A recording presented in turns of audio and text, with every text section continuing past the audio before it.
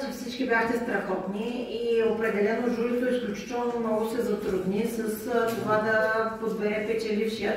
Но както каза и ректора на откриването на събитието днес, все пак трябва да има такива, които печелят и такива, които участват, но нека да спазим олимпийския принцип, че все пак важно е участието. Но не трябва да забравяме още нещо. Всеки един от вас ще получи по едно сертификатче, на което пише, че имате възможност да кандидатствате и да станете студент на Русенския университет. Но защо е положително това?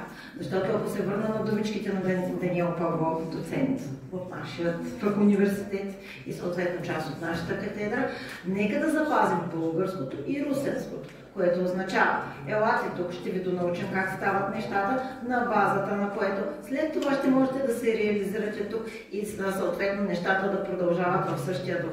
Защо? Защото ние сме най-добрите и винаги сме с една идея напред и днес го доказахме за пореден път. Така че, освен в аспекта бизнес, имаме и възможност за социални дейности и възможност за реализация в социалната сфера, която не е по-малко добре реализираща се и търсеща свежи кадри на труда.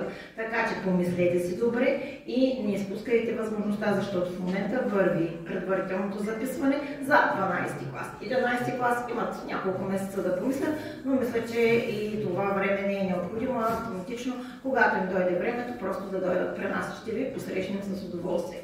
Благодаря на всички и след малко ще видим какво ще покажат резултатите.